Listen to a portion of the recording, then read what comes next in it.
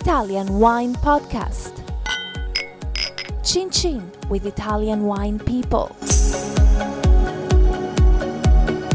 Hello, this is the Italian Wine Podcast. My guest today is Mark Cuff. Mark is the founder and owner of The Living Vine, which is based in Toronto. What is The Living Vine and why did you give your company that name? The Living Vine is a wine agency that represents, imports organic, biodynamic, and natural wines exclusively since around 2004. No, that's actually a lie. 2005. I had to think about it for a second. We'll get the lawyers to check that. Oh yeah, we'll do. There's a team of three of them. Yeah, we like to be accurate on this show. Yeah, mainly with a focus on biodynamic wines. I was a sommelier in my 20s, working in restaurants and hotels in Toronto, and I developed a real interest in biodynamic winemaking, and we didn't see a lot of these wines in our market. We definitely didn't see a lot of agents or importers, as we're known as agents in Ontario versus importers, marketing biodynamic, organic, and sort of natural wines. And I'd read a couple books. One was actually yours.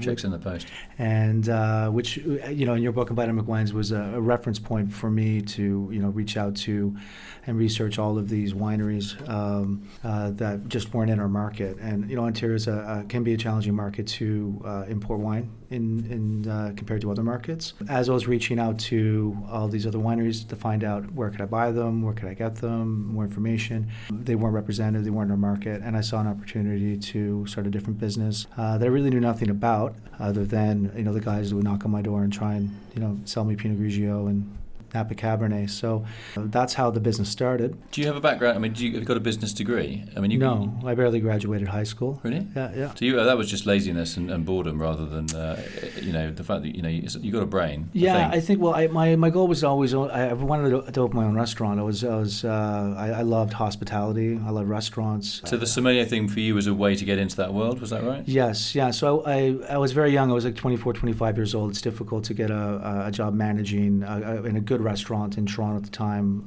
without a lot of experience, which I didn't have, and getting a sommelier diploma got me into a suit basically the day after I graduated. And becoming a sommelier my goal wasn't to be a sommelier. The goal was to develop a skill set that would enable me to open a really cool restaurant, wine bar in Toronto. And I had saved up some money to do that, and sort of at the last minute I decided to shift and import wine instead, with a focus on biodynamic growers. Right, so did you start off with France and then gravitate to Italy? Or? Our first winery, funny enough, was Nicolas Joly, and who's a famous biodynamic producer in the Loire Valley. Yeah, and a hero and inspiration to many people. And he's they're a serious winery. They do really amazing things. I think some people don't get it, and those people probably never will. The people that do, I think, really appreciate the effort and enthusiasm that he puts into. Yeah, he is Mr. Biodynamic, isn't he? Yeah, I think so, and rightfully so. And I think there's a lot of credit owed to him developing that category, especially with the Renaissance des Appellations tour and shows that they do. And it's a group of growers that are all grow biodynamically, that travel and sort of do off tastings around larger shows to promote biodynamic growing. And they have Italian members as well. It used to be just French, but yeah. Many, yeah. I mean, French. It's probably still more French people, but definitely a lot more Italians. So what do people do? I mean, now what is on trend in terms of, obviously you only deal with this particular category, the organic, biodynamic, and natural. Italy has a very strong and well organised, I should say, natural wine movement. I think it's ahead of actually the biodynamic movement in Italy. Van Natura is a body based in the north of Italy, and all their members have all their wines analysed as a group, so that there are no people in charge can check that there are no residues and stuff like that in the wine, which is very sort of clear thinking from the organisers there, because sometimes you can get people with natural wine that say that they're natural and there's no real control. So that's why Italy's number one. Are you focusing on that as well in terms of selection of wines, the natural in Italy, or the biodynamic, or the organic, or is it just anything? Yeah, I mean, we've always been a premium focused agency, so it's quality first. To drink wine because it's organic as an excuse is ridiculous. things. It has to taste good. It has to be excellent. Farming has to be great. Our main focus still is biodynamic wines. We have a lot of our biodynamic growers are making natural wines because they also buy into it and believe in it as well. They want to make wines that are healthier and more vital, provided they can also express terroir and style and all those other things. The natural wine movement's really interesting. It's taken off in a faster, more intense way than, say, organic or biodynamics did. I don't sort of see either category as really niche anymore, just another category, because there's so many wineries, there's so many shows, there's so much being imported and distributed now, even in Toronto, that tends to be a couple of years behind other larger, more mature markets, Really? for new things. What is that then? Ontario has some of the strictest quality assurance regulations on the planet. And you can be sure that if you're drinking a bottle of wine, no matter how it's grown or made, that it's below all the legal thresholds yeah. for any additives and things like that. So one of the problems with that system, and you and I have discussed this before, but for example, if I have a biodynamic vineyard in Italy and my granddad farmed it in the 60s and used, for example, an arsenic-based spray, that residue will still turn up in my wine, or can still turn up. So when I go to the Canadian monopoly, Mark wants to import my wine, and they analyse it, say, hang on, looks like Monty's using arsenic, and you think, well, Monty hasn't used arsenic, it was his granddad. But how do you get around that, and what is the frustration for you when that sort of thing happens? The mechanics of getting the wine in? Well, you can't really get around anything that's poisonous or toxic, so the wine either has to be returned or destroyed. And there's two ways to look at it. You could say, well, are these thresholds designed for daily consumption?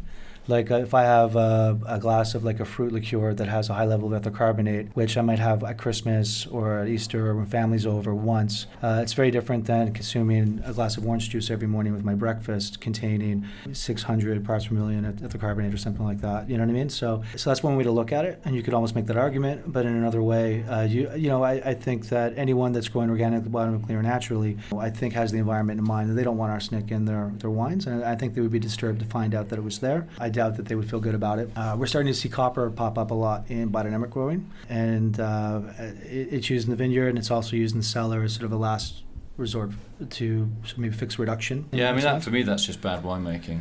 You shouldn't have any need to use copper in the wine. Basically, copper, if a wine smells a bit eggy, normally red wines, you can just get rid of that with racking, just aerating the wine. You shouldn't be using copper. I really don't think it should be allowed copper sulfate. Yeah, takes the eggy smell away. But I think it's so widely accepted because it's a naturally occurring element that I think sometimes maybe newer growers are a little heavy-handed with it, and it shows up, or maybe you're just wherever the bottle's coming from the tank, there's some residue. But again, Ontario is one of the few markets in the world that even test for that. Yeah. So I understand some other markets are looking to start to test for it, but because Ontario has such a sophisticated lab, they have one of the best in the world for testing alcohol. I mean, the people from all over the world ship their wines there to have certain tests done. They can't get done at any ISO lab in Europe.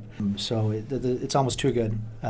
So, especially when we're focused on bringing in wines that literally fail lab every time they arrive because of an organic certificate, maybe labeling requirements, or maybe the volatile acidity is a little high, and there's things like that. Although volatile acidity isn't poisonous or toxic, so maybe you can, maybe there could be some small exceptions made, but anyways, that's the world I live in. So what about the market? What is hot at the moment in Toronto? I think everything's hot in Toronto right now, to be honest. Toronto has never had a more vibrant restaurant scene. Quality is at a place I never would have imagined Toronto restaurants reaching even 10 to 15 years ago. There are always a few really good restaurants wherever you go in the world, but So what are people drinking there? What are they screaming out for? So I think regional food from around the world's really common, more popular now. It's not just steakhouses, that sort of thing.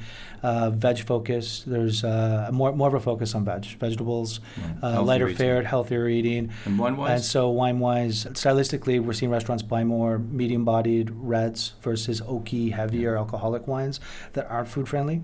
Quite frankly, Austrian wines, there's definitely a big increase on stuff like that. It's number one on the planet for the quality of its biodynamic wine growing by far and away. We're seeing a lot more interest in that. But but Italy, listen, Toronto might be half Italian. I don't know. There's a lot of Italians in Toronto, a lot of Italian restaurants, and we love Italian wine. It has to be one of the biggest markets for Italian wines on the planet. Everything sells well there. provided you have a good agent that can get it into the market either privately or through the monopoly. What are your biggest sellers? What are the wines that you sell from Italy that are the quickest movers? Oh, for us, we sell a lot of wine from like Ariano Capinti, Cause, from Sicily. Sicilian wines are really on trend. Really on trend right now. There's just a Prosecco. Prosecco, yeah, for sure. Fedora Prosecco, we sell a lot of, and they're Pinot Grigio. They're a great organic grower. It's since '74. They're one of the oldest organic growers in Italy. Foradori, women winemakers. I think Elisabetta is like a real inspiration to a lot of women in our industry, and I think we're seeing more and more women, somms, restaurateurs, and things like that as winemakers. Well. Stella di Campalto and Brunello. Yeah, 100%. Beautiful wines.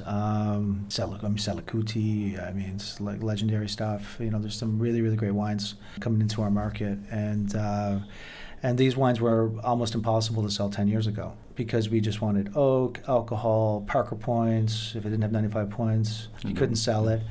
When I was buying wine, most wine lists in the city had like 2 Pinot Grigios and 2 different Shirazes, one from Barossa, one from McLaren Vale, and Napa Cabs and Merlot, and it's really changed. And especially with the Vinitaly Ambassador program that they do, they're bringing over lots of new and older and veteran somms to come over and study and learn about Italian wine. So they can then communicate about these native grape varieties, etc. Yeah, I think Ontario, Toronto's sommeliers, for the most part, I think, understand Italian wines, I think, better than maybe most countries. We all have our favorites and we love it, but they can really go deep now with obscure varietals, local varietals, indigenous grapes, winemaking techniques. They know the people, they've met them. I think Ian DeGatto's done a great job with that, and I don't even think I could pass the program, but I see every time I come here in the last couple of years, I see 20, 30 of our customers with pins and stuff, and so that's a little badge you get when you pass the course. Yeah, it's really exciting. I recommend anyone to do that if they can. It seems like a tremendous opportunity. Yeah, it's a great idea. Italy's often criticised for not being very joined up, right? And to fly opinion formers, influencers, somms, journalists, whatever importers over from a foreign country, so listen, we know Italian wine is complicated. We're going to help guide you through it by educating you about the native grape varieties that we have and what they taste like, where they're grown and how they're grown and how they're made. It is pretty joined up, and it's a fantastic program, so long may it continue. Yeah, I hope so too. I think it's made a huge difference, and it's also nice to see not just importers and consumers walking around. It's nice to see the people that are the filter for everyone's hard work to consumers to come here and really take. It's a gift, I think, for most of them to take back to their businesses and restaurants. So cool. Yeah, it's a nice way to finish. It's nice to get someone that comes on the podcast is actually not talking about himself or his own company, talking about something else other than himself. Well, that's right. I know you. I've known you for a long time. Yeah, and that's the kind of guy you are, and that's why we like you. Oh, thanks, Monty. It's just really because you just plugged my book, which is now out of date and out of print, or should be. Oh, there's a new version, isn't it? Didn't you update? Yeah, that new one. We're not going to talk about that. I didn't talk about books, but anyway. Yeah. But the other one is very old. But anyway, I just want a digital copy at some point. So that's we know I'm not biodynamics and digital. We're just not really kind of bedfellows. Yeah, really. I know. I knocked my first book out with a chisel and a stone, and I can use a pen now, which is quite. It definitely took you a while to do it. That's what we all thought was the process. So Yeah. I've only got my first mobile phone about the last couple of years. I know, that's pretty amazing. It's Nokia or something. Yeah. I used to send carrier pigeons. So I don't even know how this recording equipment works really. There's a few little red lights on this little machine I'm using. So anyway, I just want to say thank you to my guest today, Mark Cuff, who is CEO and founder of The Living Vine, which is a super duper importer of green, organic, natural and biodynamic wines. Thanks, Monty. It's been a lifelong dream of mine to be on a podcast, so this means a lot to me to be here. And it won't happen again. I probably won't be invited back. You only got one shot, mate, at this. I know. So exclusive. But you know what? It's in the bag. What can I say? Yeah, it would need severe editing normally to get my boring voice out of it and would listen to you a little bit more. But it's been a great pleasure. Yeah, I'm not being disingenuous. You know me. Thank you very much to my guest today, Mark Cuff. You're welcome. And good luck with the series. I love it. I listen to it all the time. Thanks. And, you don't have to say things like that. No, it's true. Everyone listens to it back home. I think we're all big fans of this. It's nice to have more stuff like this. It's wonderful. Thank you.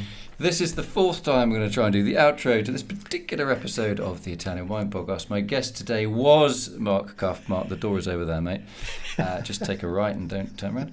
Who is chairman and founder, CEO, chief executive officer, financial wizard, whatever it is, linguist, wine lover, importer. The Living Vine, based in Toronto, that specialises in weirdy, beardy wines. Yeah, and we have a great Instagram account. At Yeah. the Living Vine. Yeah, give Go me the enjoy Twitter it. handle. Yeah, at the Living Vine. Yeah, Facebook, At the Living Vine.